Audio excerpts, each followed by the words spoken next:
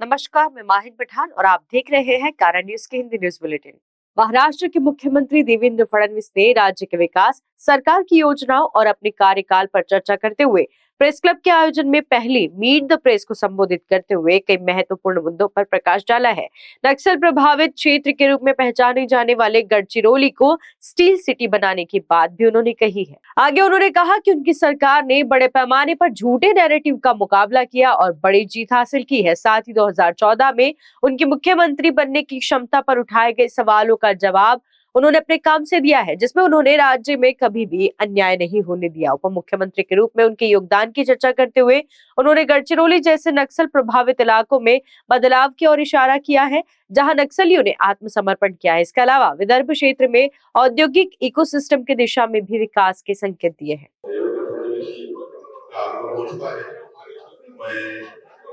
नागपुर से पत्रकार संघ, पत्रकार ट्रस्ट और प्रेस क्लब की तरफ से सर आपका स्वागत करता हूँ। साथ ही हमारे साथ नवनियुक्त राजस्व मंत्री और प्रदेश अध्यक्ष श्री पवन पुरी जी भी जुड़े हैं, मैं उनका भी स्वागत करता हूँ। और सबसे शुरुआत में आप लोगों को याद होगा, हम लोगों का देवेंद्र जी जब पहली बार सीएम बने थे तो 2014 में हमने मीट द प्रेस अपने पुराने पत्रकार भवन में किया था। और आप सबकी जानकारी के लिए मैं फिर से एक बार बताना चाहता हूँ कि ये केवल देवेंद्र जी के वजह से आज ये मीट द प्रेस हम लोग यहाँ कर पा रहे हैं। उसके लिए मैं चाहता हूँ कि आप सब लोग जोरदार तालियां बजाकर उनका स्वागत करें। सबसे शुरुआत में मैं प्रेस क्लब के अध्यक्ष Maharashtra union of working journalist के अध्यक्ष प्रदीप मैत्रा जी से विनती करूंगा कि वो माननीय देवा भाव इनका स्वागत करें।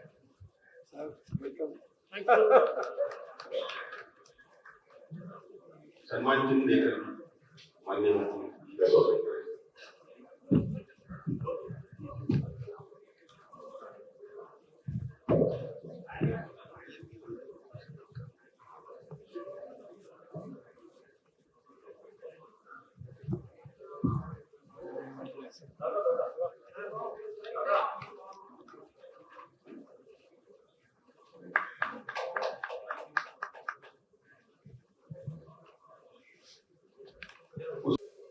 देवेंद्र जी तो हमारे शहर का सन ऑफ द सॉइल जिसको बोलते हैं वो तो है ही।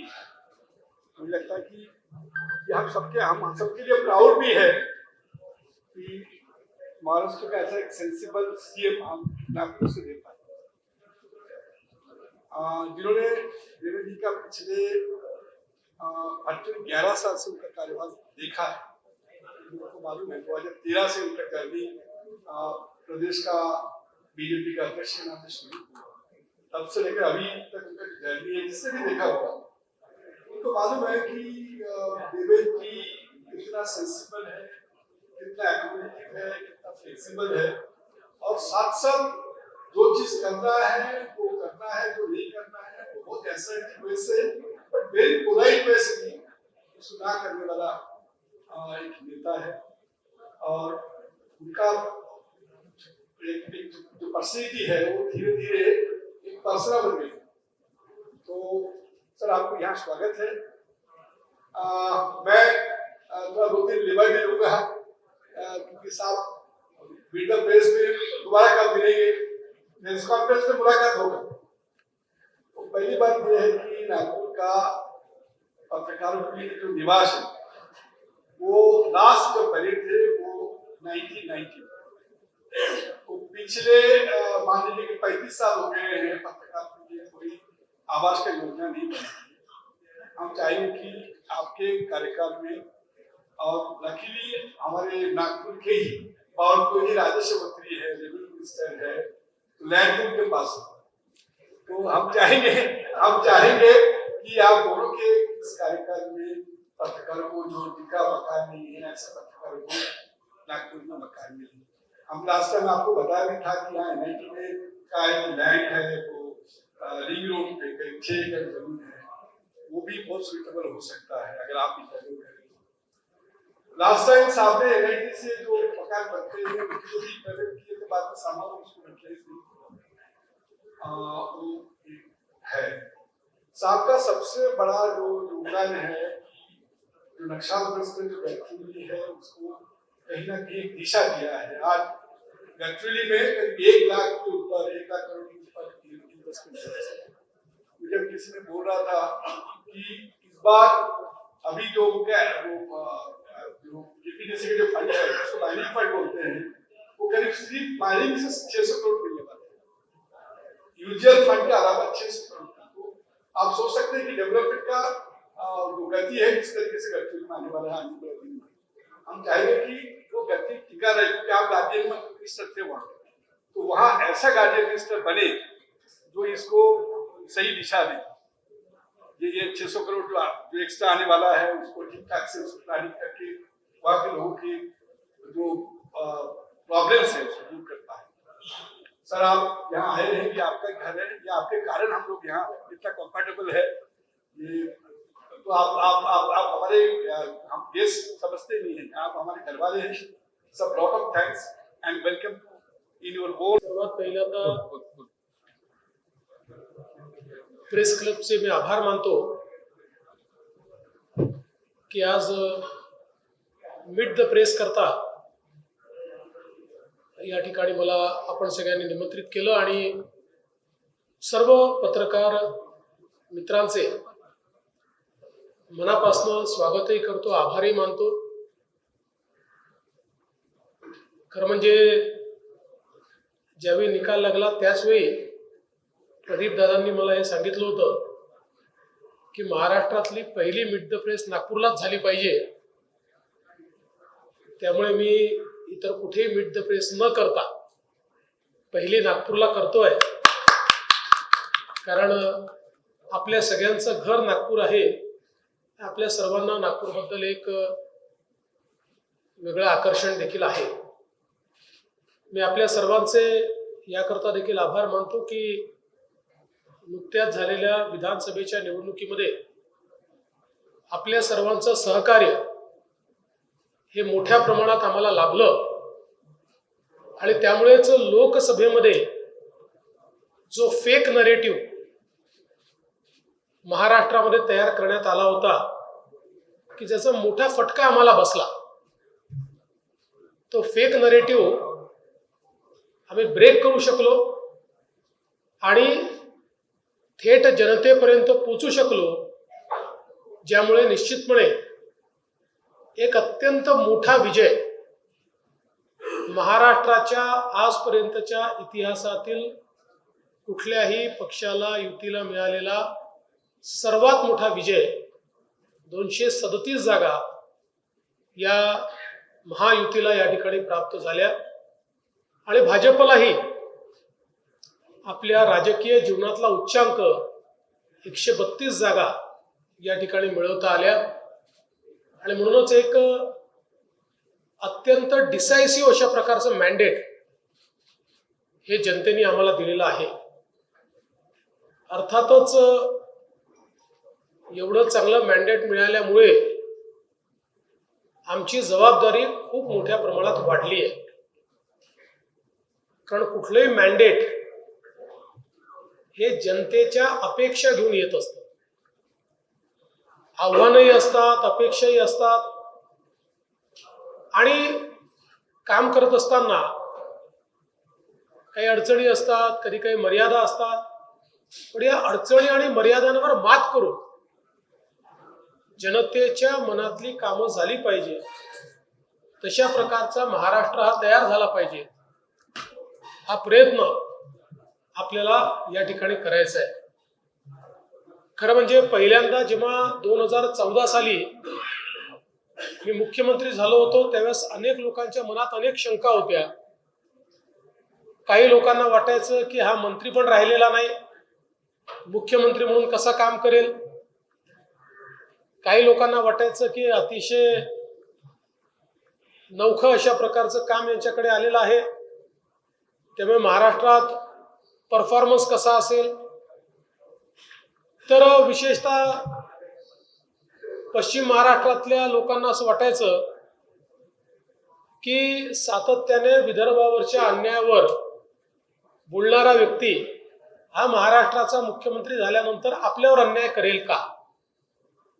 पण माझ्या पहिल्या 5 वर्षाच्या कामामध्ये लोकांच्या लक्षात आलं की विदर्भामध्ये तर खूप काम केलंच आपण, मोठ्या प्रमाणात विदर्भाचा जो हक्क होता तो विदर्भाला मिळवून देण्याचा प्रयत्न केला, पण त्याच वेळी महाराष्ट्राच्या कुठल्याच भागावर अन्याय आपण होऊ दिला नाही. किंबहुना विदर्भामध्ये सिंचनाचे प्रकल्प इतक्या मोठ्या प्रमाणात केले, जवळजवळ 80 प्रकल्प पूर्ण केले आणि अनेक प्रकल्प आता पूर्णत्वापर्यंत आणले. पण त्याच वेळी वर्षानुवर्ष रखडलेले पश्चिम महाराष्ट्रातले, उत्तर महाराष्ट्रातले, मराठवाड्यातले, कोकणातले प्रकल्प देखील तेवढ्याच गतीनं आपण पुढे आणले, ते पूर्ण केले. इन्फ्रास्ट्रक्चरचं क्षेत्र असेल, उद्योगाचं क्षेत्र असेल, सगळ्या क्षेत्रामध्ये एक मोठी भरारी त्या 5 वर्षामध्ये आपण त्या ठिकाणी मारली. आणि पुन्हा गेल्या 2.5 वर्षामध्ये राज्याचा उपमुख्यमंत्री म्हणून जी काही संधी मिळाली त्यातही विशेषतः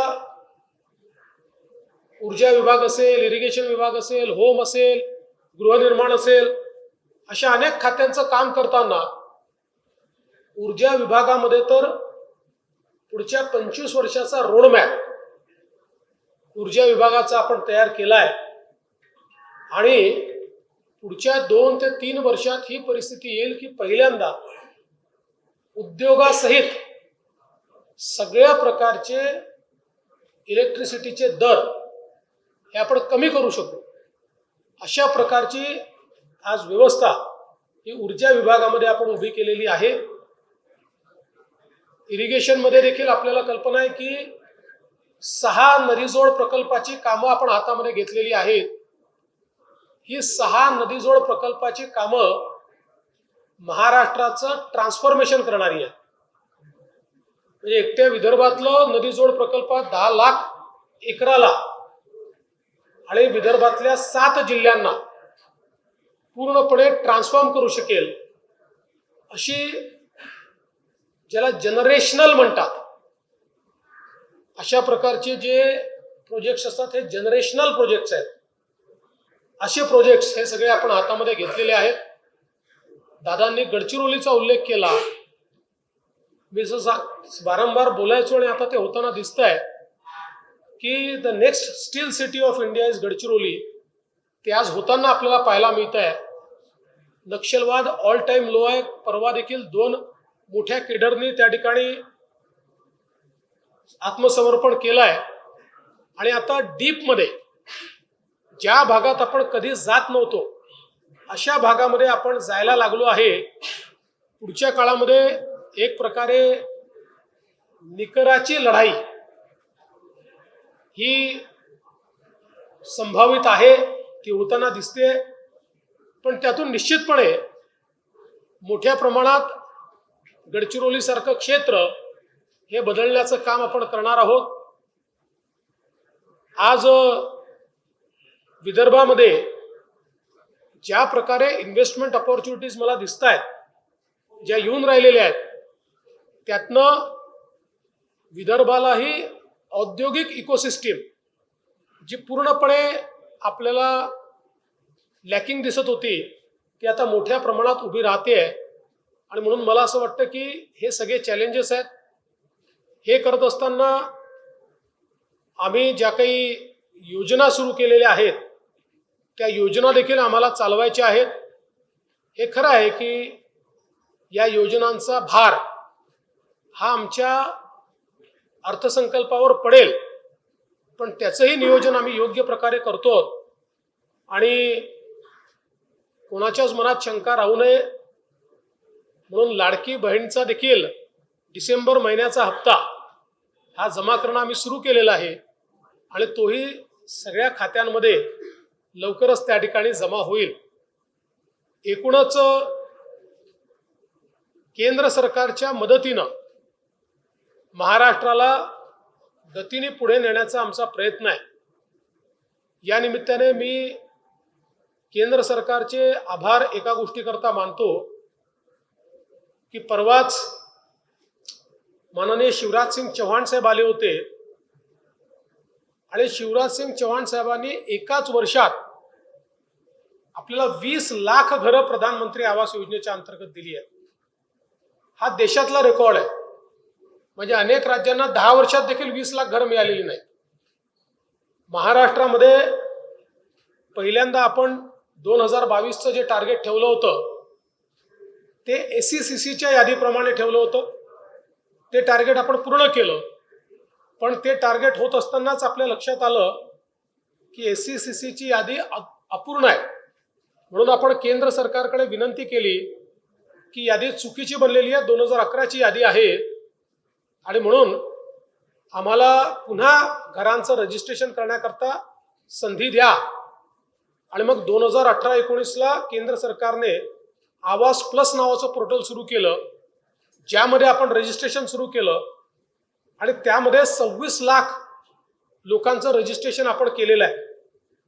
या 26 लाखापैकी जवळपास 20 लाख लोकांना घर देण्याचा निर्णय ऑलरेडी केंद्र सरकारने दिलेला आहे.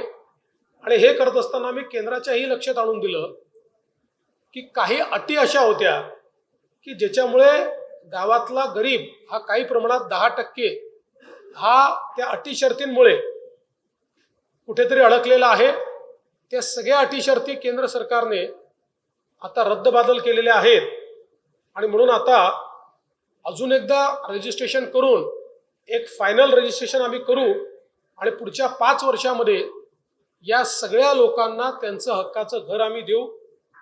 आणि हे करत असताना आमचा प्रयत्न आहे की प्रधानमंत्री आवास योजना असो, मोदी आवास योजना असो, जनमन आवास योजना असो, शबरी आवास योजना असो, रमाई आवास योजना असो, आता या सगळ्या योजनांमध्ये जी घरं होतील या सगळ्या घरांना सोलर द्यायचा, जेणेकरून त्या घरामध्ये राहायला जाणारे जे आहेत त्यांना विजेचं बिलच येऊ नये, त्यांना मोफत वीज मिळावी. अशा प्रकारचा आमचा प्रयत्न हा या पुढच्या काळामध्ये असणार आहे. खरं म्हणजे अशा अनेक गोष्टी आहेत. मी सांगत राहिलो तर मीच बोलत राहील आणि इथे इंटरॅक्शन होणार नाही. पण मी एवढंच सांगतो की पुन्हा एकदा महाराष्ट्राच्या जनतेने, आमच्या सर्व आमदारांनी आणि आमच्या वरिष्ठ नेत्यांनी ही जी काही संधी मला दिलेली आहे त्या संधीचं सोनं करण्याचा प्रयत्न मी करेन. एक नागपूरकर म्हणून नागपूरकरांची मान नेहमी उंच राहिली पाहिजे की आपला प्रतिनिधी हा महाराष्ट्राचं नेतृत्व करताना महाराष्ट्रामध्ये आमूलाग्र बदल घडवतोय. अशा प्रकारची एक उंची या ठिकाणी गाठता यावी. आणि हे सगळं करत असताना पारदर्शी प्रामाणिकतेनं सरकार चाललं पाहिजे. हा जो पहिलेपासून माझा आग्रह असतो त्या आग्रहावर टिकून महाराष्ट्राला पुढे नेण्याचा प्रयत्न मी करणार आहे. येणारी आव्हानं खूप आहेत. हे खरं आहे की राजकारणामध्ये सर्व स्तराला जाऊन लोक आव्हानं निर्माण करतात. पण किमान गेल्या 10 वर्षाच्या माझ्या कार्यकाळामध्ये आपल्या लक्षात आलं असेल कितीही मोठं आव्हान निर्माण झालं तरी देखील धैर्यपूर्वक त्या आव्हानाचा सामना मी करतो. आणि कधीही सत्ता ही माझ्या डोक्यात जात नाही. कारण ज्या विचारांनी मी राजकारणामध्ये आलो आहे त्या विचाराने सत्ता हे सेवेचं माध्यम आहे हेच मला शिकवलेलं आहे. त्यामुळे पुढे देखील कधीही सत्ता माझ्या डोक्यात जाणार नाही हा विश्वास आपल्या सर्वांना मी देतो. आणि पुन्हा एकदा आपल्या नागपूर प्रेस क्लबने आणि पत्रकार संघाने मला या ठिकाणी मीट द प्रेस करता निमंत्रित केलं. आपण सगळ्यांनी माझं स्वागत केलं, सत्कार केला, त्याबद्दल आपले मनापासून आभार मानतो.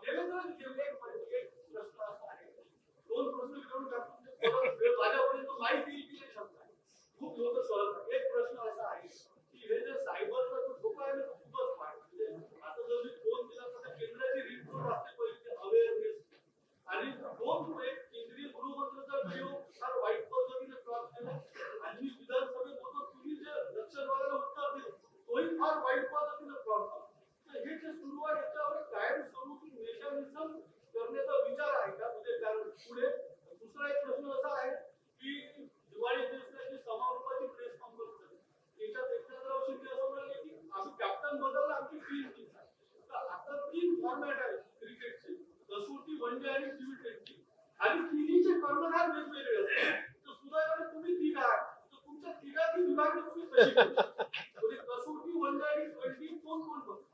पहिलं तर सायबर गुन्हे ही आज आपल्या समोरचं सगळ्यात मोठं आव्हान आहे. याचं कारण तंत्रज्ञान इतक्या वेगानं बदलते आहे आणि सोप्या पद्धतीनं ते लोकांपर्यंत पोहोचतं, लोक ते वापरतात. पण त्याच वेळी जे नालायक लोक आहेत, जे दुष्ट लोक आहेत, हे त्याच तंत्रज्ञानाचा उपयोग करून लोकांना मोठ्या प्रमाणात लुबाडणे, धोका देणे, डिस्कंटेंट तयार करणे, जाती जातीमध्ये विद्वेष तयार करणे, अशा प्रकारचा प्रयत्न मोठ्या प्रमाणात करतात.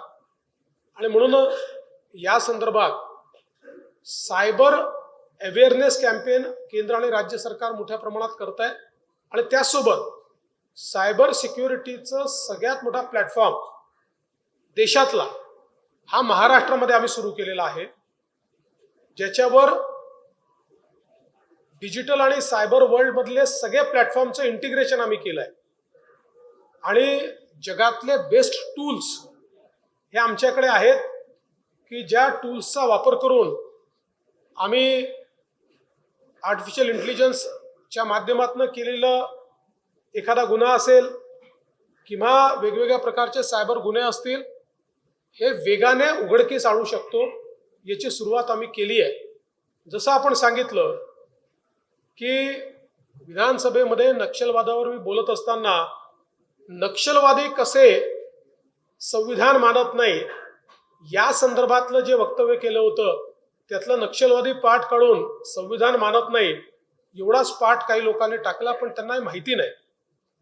मी आज या निमित्ताने सगळ्यांना अवेअर करून देतो की आता अशा प्रकारे ज्यावेळेस आपण चुकीच्या पद्धतीनं एखादी गोष्ट एक्सवर टाकतो किंवा इंस्टाग्रामवर टाकतो किंवा फेसबुकवर टाकतो किंवा व्हॉट्सअपवर टाकतो, याचं 100% डिजिटल फुटप्रिंट आम्हाला शोधता येतं. 100%. म्हणजे जर एकाने टाकलं आणि 100 लोकांनी फॉरवर्ड केलं तर ते 100 लोक कोण हे देखील आता लगेच शोधून काढता येतं. कारण सगळ्या प्रकारचे जे फॉरवर्ड्स आहेत त्याची माहिती आपल्याला व्हॉट्सअपला मागता येते, त्यांच्याकडनं त्याची माहिती मिळते. आणि म्हणून माझी तर सर्वांना हात जोडून विनंती आहे, कारण या गुन्ह्यामध्ये नुसता गुन्हा करणाराच गुन्हेगार नाही आहे, तर अशा प्रकारच्या खोट्या गोष्टी फॉरवर्ड करणारे, आपल्याकडे अनेकांना समजते आलं की कर फॉरवर्ड, असं नाही आहे. तेही विचारपूर्वक केलं पाहिजे, कारण ते फॉरवर्ड केल्याबरोबर सहगुन्हेगार आपण होतो. अशा प्रकारच्या खोट्या गोष्टी या लोकांनी फॉरवर्ड करू नये, अशा प्रकारची विनंती या निमित्ताने मी करतो. आणि पुढचे काही काळ जोपर्यंत हा अवेअरनेस तयार होत नाही तोपर्यंत ते आव्हान असणारच आहे आणि ते आव्हान नीट पेलण्याचा प्रयत्न आम्ही करतो. तुम्ही दुसरं काय विचारलं?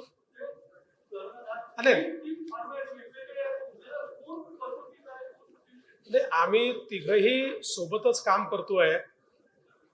2.5 वर्षाचा कार्यकाळ होता म्हणून वन डे मध्ये उतरलो आम्ही, पण आमच्या लक्षात आलं की वन डेत उतरून चालणार नाही, म्हणून 2020ची मॅच खेळलो आणि तो विश्वचषक आम्ही जिंकलो. आता वन डे किंवा 2020 खेळण्याची आवश्यकता नाही आहे. हा टेस्ट मॅचचा फॉर्मॅट आहे, पण ही टेस्ट मॅच ड्रॉ होणारी टेस्ट मॅच नाही आहे, ही जिंकणारी टेस्ट मॅच असणार आहे.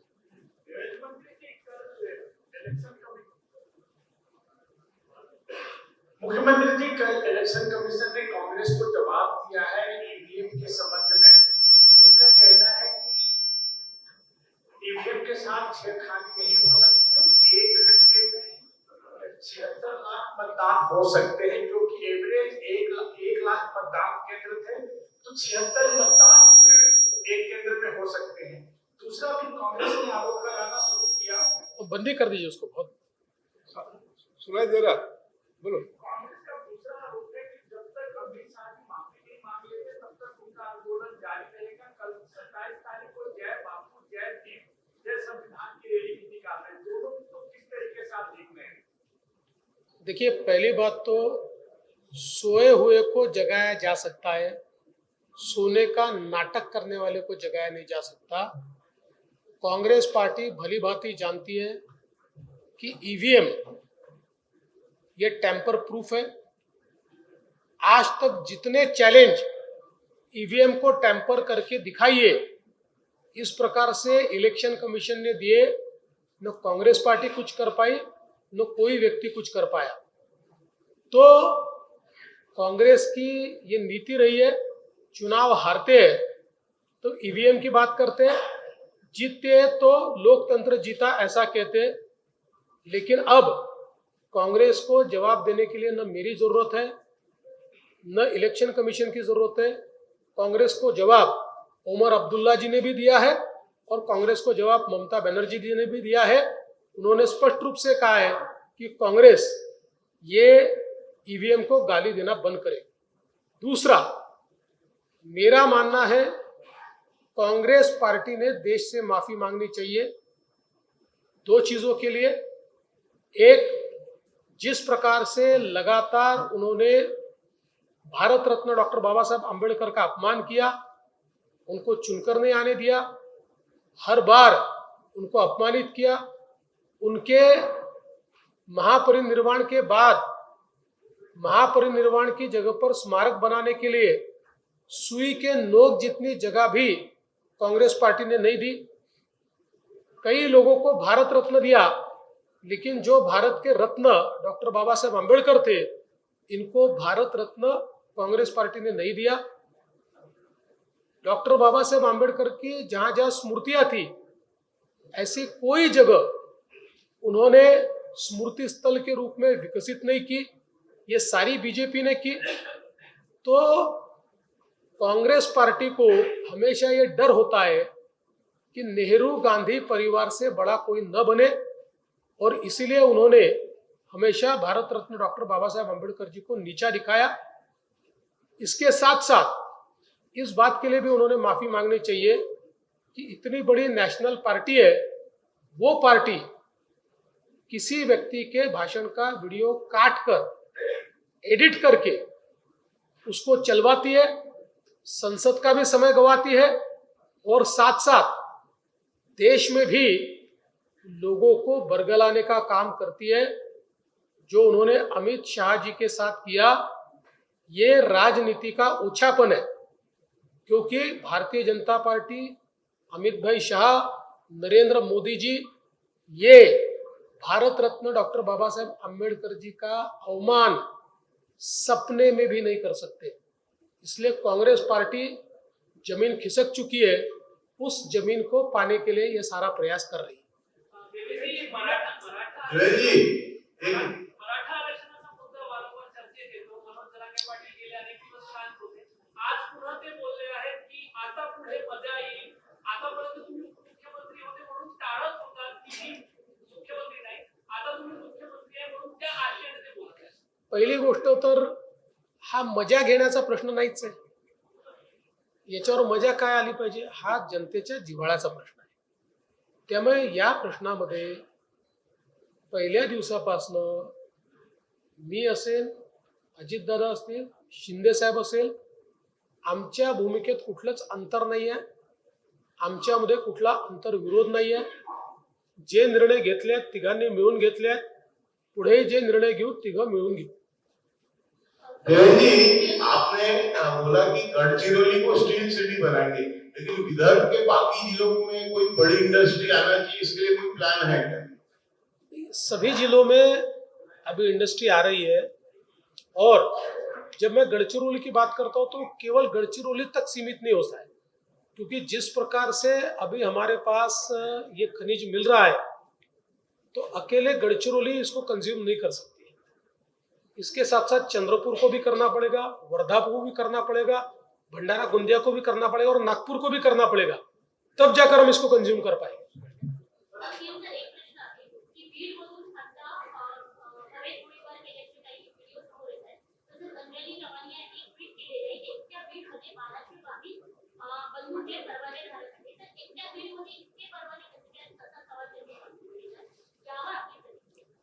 हे परवाने काही काल दिलेले तर नाही आहेत, वर्षानुवर्ष लोकांनी घेतलेले ते परवाने आहेत, ते योग्य प्रकारे दिले आहेत नाही दिले आहेत या संदर्भात कुठली तक्रार असेल तर जरूर विचार करू आम्ही त्या संदर्भात. अनेकदा ठाकरेंनी एक पत्र लिहिलेलं आहे की होर्डिंग सगळीकडे लागतात, त्याबाबत कुठेतरी धोरण करावं, एक आव्हान सुद्धा केलं पत्रात.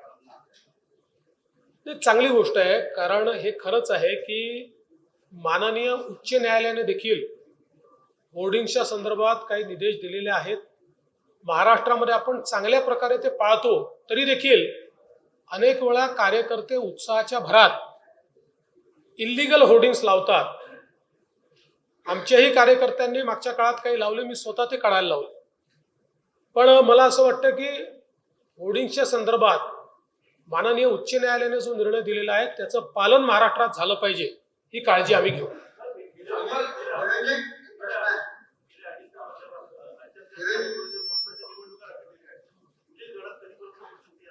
मला असं वाटतं की जानेवारीमध्ये त्या संदर्भात सुप्रीम कोर्टाने अंतिम सुनावणी ठेवलेली आहे. आम्ही पण सातत्याने सुप्रीम कोर्टाला अर्ज केलेला आहे. मला अशी अपेक्षा आहे की जानेवारी महिन्यातच सुप्रीम कोर्ट सुनावणी अंतिम करून या संदर्भातला निकाल देईल आणि त्यानंतर जो काही स्टॅट्युटरी वेळ असेल त्यानंतर ती झाली पाहिजे. अर्थात त्या तारखा ठरवायचा अधिकार आमचा नाही, तो इलेक्शन कमिशनचा आहे. पण आम्ही देखील सरकार म्हणून या केसमध्ये मॅक्सिमम इंटरव्हेन्शन करून ती लवकरात लवकर निकाली निघावी हा प्रयत्न आमचा आहे.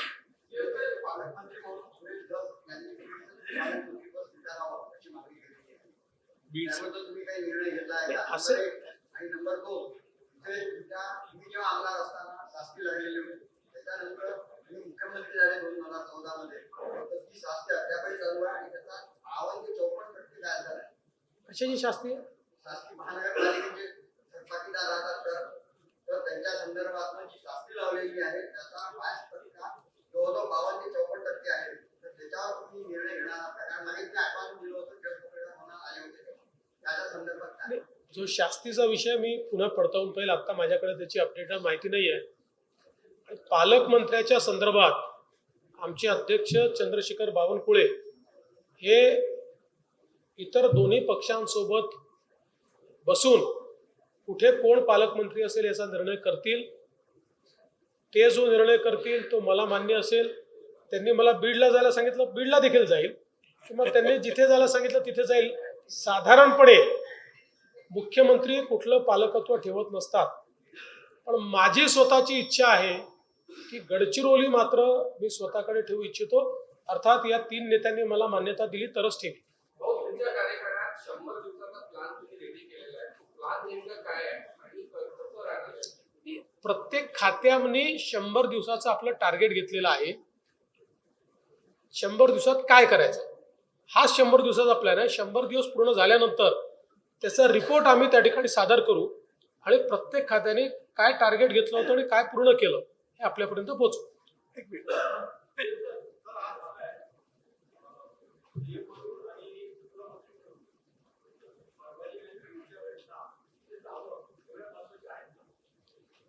असं आहे की घटना फार महत्वाच्याच आहेत आणि म्हणूनच इथे अधिवेशन सुरू असताना मी स्वतः उपमुख्यमंत्री अजितदादा पवार यांना विनंती केली आणि अजितदादा पवार स्वतः त्या ठिकाणी गेले. आमचे सगळे मंत्री देखील त्या ठिकाणी गेले. घटना महत्वाच्या होत्या म्हणूनच त्या ठिकाणी गेले.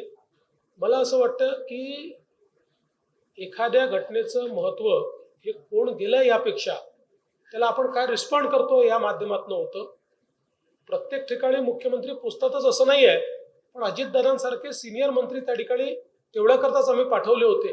आणि माझं नेहमी मत असतं की अशा प्रकारच्या घटना घडल्यानंतर सेन्सिटिव्ह असतात, तिथे कोणी ना कोणी शासनातर्फे कोणी विरोधी पक्षातर्फे गेलं पाहिजे, पण त्याचं पर्यटन करू नये हा मात्र माझं नेहमी मत असतं.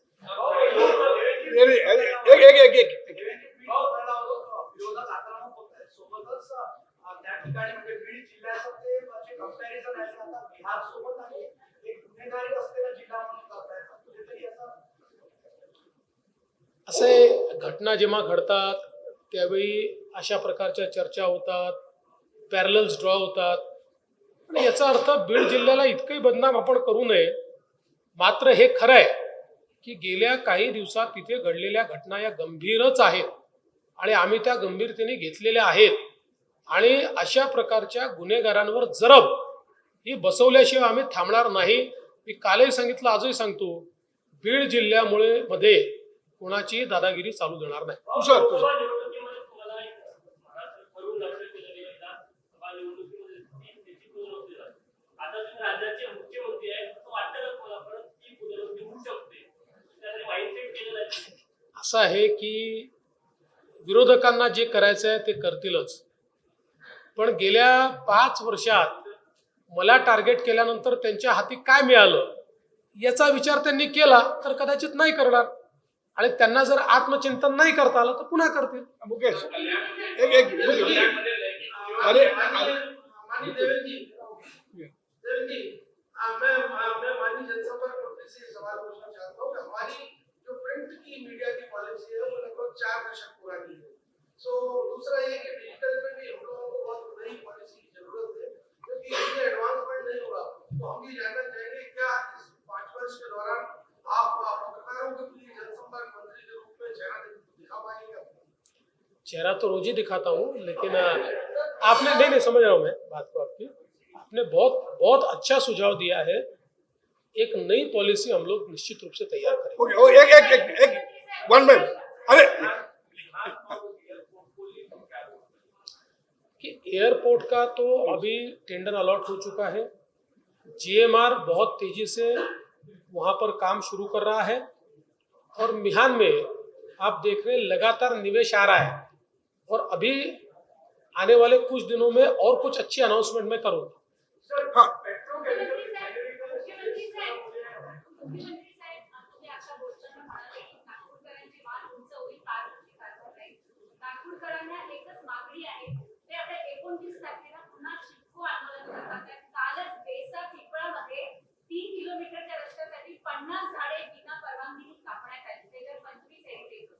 याशिवाय मालकापूरमध्ये पण आणि आपला जिल्हाधिकारीचं कार्यालय नवीन म्हणजे मोठ्या प्रमाणात झाडाची कत्तल होते. माहितीच्या अधिकारात मागितलं तर 3 परवानगी देण्यात आल्या, त्याच्यातच 1000 झाडांची परवानगी होती. गेल्या 2 वर्षात अशा 2000 परवानग्या देण्यात आलेल्या आहेत झाडे कापण्याची. लाखो झाडांची कत्तल झालेली आहे. त्यांची इतकीच मागणी आहे की कठोर कायदा होणार का, येणाऱ्या पिढीला आपण प्रदूषण मुक्त नागपूर देणार का? बघा, पहिल्यांदा तर अवैध झाडांची कत्तल कुठेही आम्ही मान्य करणार नाही, त्याच्यावर कडक कारवाईच केली जाईल. मात्र आपण ज्यावेळेस विकास करतो त्यावेळी अनेक वेळा बांधकामं करताना झाडं कापण्याची परमिशन द्यावी लागते. आता एखादा रस्ता वाईड करायचा असेल तर बाजूची झाडं कापावी लागतात. समजा रस्ता वाईड केला नाही तर त्याच्यावर ट्रॅफिक जो स्लो होतो तो ट्रॅफिक देखील प्रदूषणच तयार करतो. मात्र आपला नियम असा आहे, एका झाडाच्या मागे किती झाडं लावायचे याचा नियम आपण केला आहे, आणि त्याचं आता आपण ट्रॅकिंग करतो. तेवढी झाडं लागली की नाही, ती मोठी झाली की नाही. त्यामुळे कुठेही झाड कापून टाकलं आणि सोडून दिलं असं नाही आहे. तर प्रदूषणाचं मिटिगेशन करण्याकरता आपल्याकडे नियम तयार केले आहेत, त्याचं काटेकोर पालन आपण करत असतो. कुठे बसला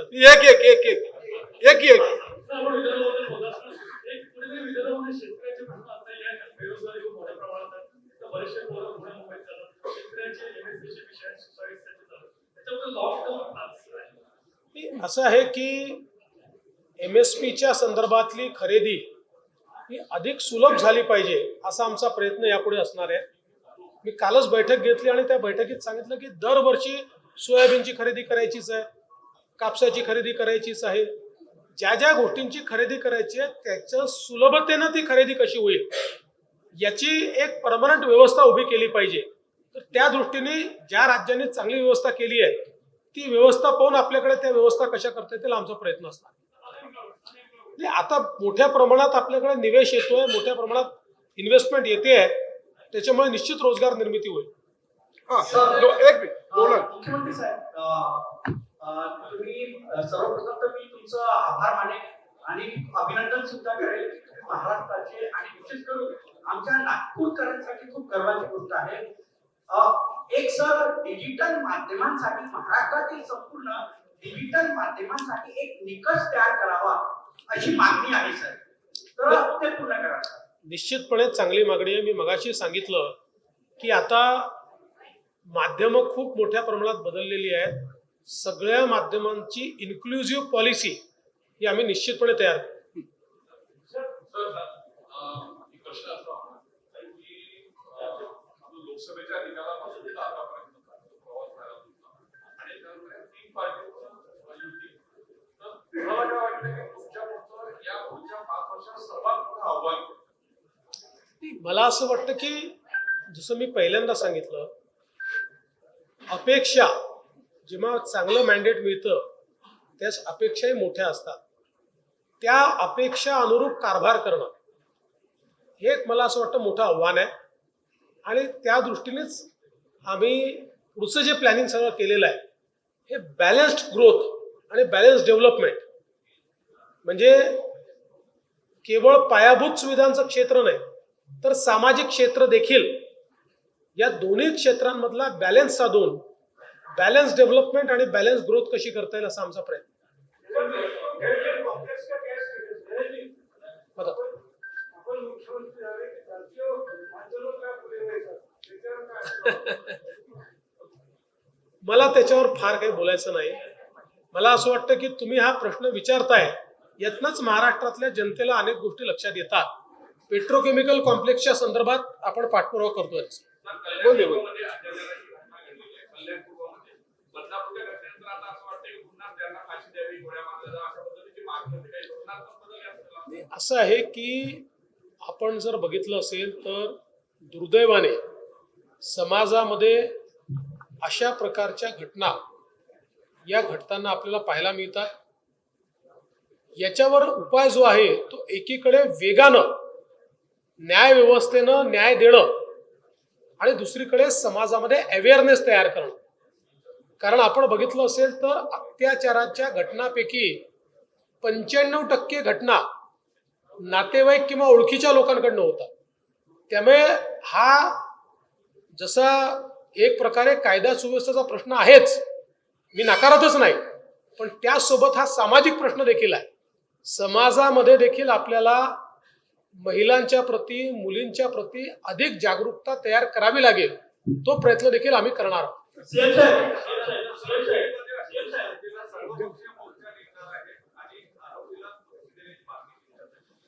आमचाही प्रयत्न असेल की ही केस फास्ट ट्रॅक कोर्टात चालावी आणि कठोरात कठोर शिक्षा मिळावी.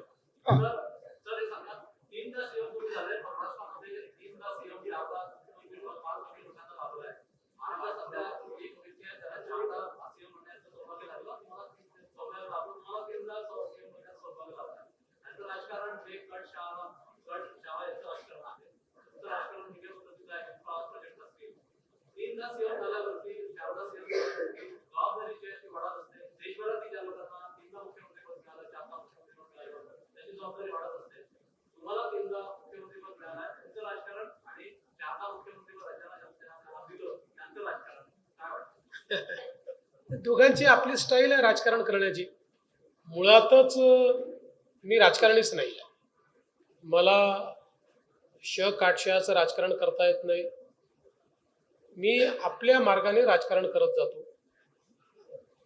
माझ्या राजकारणाचा केंद्रबिंदू जो आहे तो सकारात्मकता आहे, पॉझिटिव्हिटी.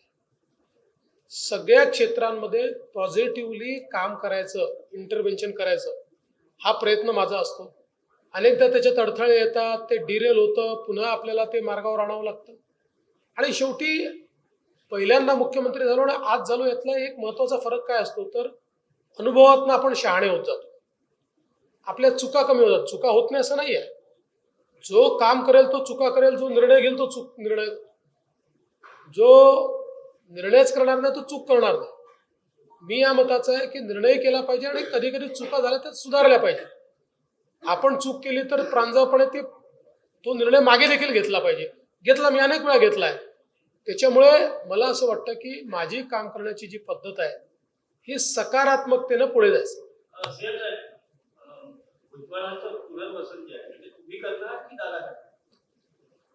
मला असं वाटतं की आम्ही तिघही एकत्रितपणे या संदर्भातला निर्णय घेऊ आणि भुजबळ साहेब हे एक अतिशय प्रमुख नेते आहेत. त्यांच्याबद्दल अजितदादा असतील, मी असेल किंवा शिंदे साहेब असतील, कोणाच्या मनात दुमतच नाही. त्यामुळे त्याचा काय योग्य मार्ग काढायचा तो आम्ही काढतो. धुळे, निवडणी, चाकण आणि पुणे या जागेवर घुसखोर बाहेर काढण्यात आली. नागपुरातले जे हिंदुत्ववादी संघटना आहे त्यांनी आयजींना, सीपींना, कलेक्टरांना आणि मला वाटतं अधिवेशनाच्या वेळेस तुम्हाला सुद्धा भेट देऊन सांगितलं की नागपुरात बांगलादेश जो भाग आहे किंवा नाईक तलाव जो भाग आहे तिथे लुंगी घालणाऱ्या बांगला भाषी लोकांची संख्या वाढली आहे. तर तो तपास होईल का या संदर्भात? जिथे कुठे घुसखोर असतील त्या घुसखोरांना काढणं हे आपलं राष्ट्रीय कर्तव्य आहे, ते निश्चितपणे केलं जाईल. सीएम साहेब, काल राज्य उत्पादन शुल्क विभागाची दादांनी बैठक घेतली. त्या बैठकीतून ड्रायव्हरची संख्या कमी करायची आणि उत्पन्न वाढवायचं. त्याच्यावर आज सकाळी 9:30 वाजता झालेल्या पत्रकार परिषदेत काही लोकांचं म्हणणं आहे की लाडक्या बहिणीला एकीकडे हप्ता देतात आणि त्या नवऱ्याला रस्ते आणि आहारी बनवण्याचा सरकारचा प्रयत्न होतो. मला असं वाटतं की सकाळी 9:30 वाजता जी प्रेस होते ती पण राज्य उत्पादन शुल्काशी संबंधित असल्यामुळे त्याच्यावर मी काही फार बोलणार नाही. नागपूर कायदा आणि सुव्यवस्थेचा मोठा प्रश्न निर्माण झाला आहे सर. कारण अधिवेशनाच्या काळात नागपुरात धुळे हत्याकांड झालं होतं. पोलिसांच्या कारणात शेकडोच्या संख्येने कंप्लेंट पेंडिंग आहे सर. त्याच्यावर कुठल्याच कारवाई होत नाही. 354 सारख्या गंभीर प्रकरणात पोलीस तर गुन्हा दाखल करत नाही. काय सांगायचं? मोठ्या प्रमाणात फक्त एकीचे प्रकरण दाखल होत आहे. अशा कुठल्या तक्रारी असतील तर त्या माझ्या नजरेस आणून द्या. पोलिसांना आपण पूर्ण सेन्सिटिव्ह केलंय, सेन्सिटाईज केलं आहे. पोलिसांनी कारवाई केलीच पाहिजे. आणि मी तर पोलिसांना सांगितलं की मी मुख्यमंत्री किंवा गृहमंत्री झालो की संपूर्ण महाराष्ट्राचं लक्ष नागपूरवर असतं. नागपूरला कसं बदनाम करता येईल असाही आमचे विरोधक प्रयत्न करतात. छोट्या घटनांना मोठं केलं जातं. जणू काही देशातले सगळे अपराध नागपुरातच आहेत असाही प्रयत्न केला जातो. पण त्याला तेवढ्याच ताकदीने आपण उत्तर देतो. मात्र आकडेवारीतनं उत्तर द्यायच्या ऐवजी आपल्या कृतीतनं ते उत्तर गेलं पाहिजे हे मी पोलिसांना सांगितलेलं आहे. आणि जे लोक नागपुरात राहतात त्यांना नागपूरचं सेफ्टी परसेप्शन काय हे आपण स्वतः अनुभवतो. इतर कुठल्याही शहरापेक्षा नागपूरचं सेफ्टी परसेप्शन काय आहे हे आपण स्वतः अनुभवतो. त्यामुळे मी पुन्हा एकदा आमच्या विरोधकांना विनंती करणार आहे, विनाकारण नागपूरला बदनाम करण्याचा प्रयत्न करू नका. Last question.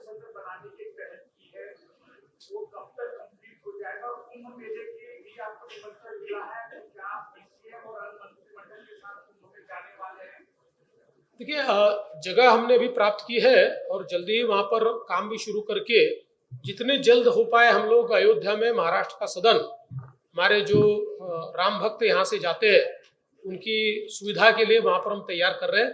तो अगले 2 साल में उसको तैयार कर लेना चाहिए, ऐसा हमारा प्रयास होगा. 2 से 3 साल में वो हो जाएगा. ये लास्ट वन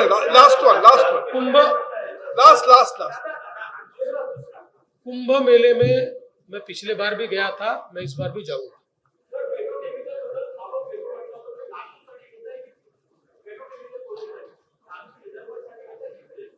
नाही, विदर्भाकरताच आपण त्याचा हे तयार केलाय ना. नागपूर करताच आपण त्याचा जो रिपोर्ट आहे, डीपीआर आहे, तो तयार केला.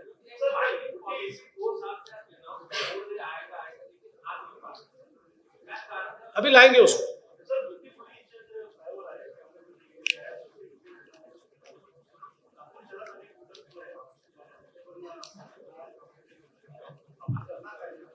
मला असं वाटतं की बुटीबोरीचा जो काही प्रश्न आहे, एका स्पॅन मध्ये त्या ठिकाणी काही गोष्टी लक्षात आल्या म्हणून त्याचं ट्रॅफिक बंद करून त्याचं स्ट्रेंथनिंग आपण करतोय. पण मी निश्चितपणे माननीय गडकरी साहेबांनाही विनंती करेन की NHAIचे जे फ्लायओव्हर्स आहेत नागपुरातले त्याचं सेफ्टी ऑडिट त्यांनी करून घ्यावं. आणि PWDलाही सांगून जे महाराष्ट्र सरकारचे फ्लायओव्हर्स आहेत त्याचं एकदा सेफ्टी ऑडिट आम्ही करून घेऊ.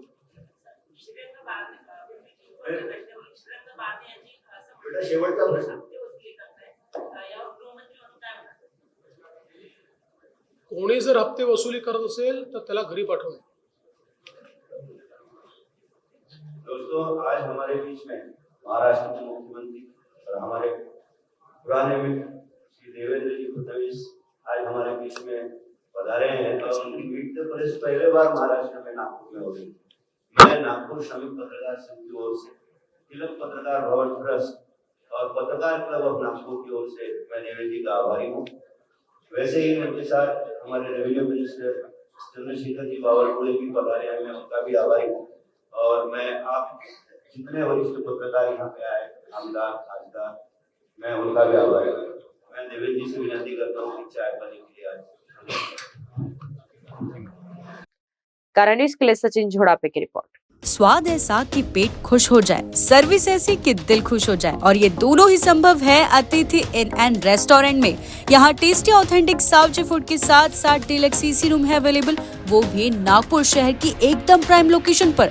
पार्किंग सुविधा भी उपलब्ध है। डाइनिंग और स्टे का टेंशन खत्म, क्योंकि सॉल्यूशन है अतिथि इन एंड रेस्टोरेंट। इनका पता है plot number 2 and 3 Shrihari Nagar, number 1 Pesa road, Nagpur.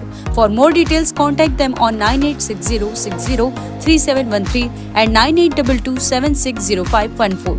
So visit Atithi Inn and Restaurant to experience delicious food and hospitality.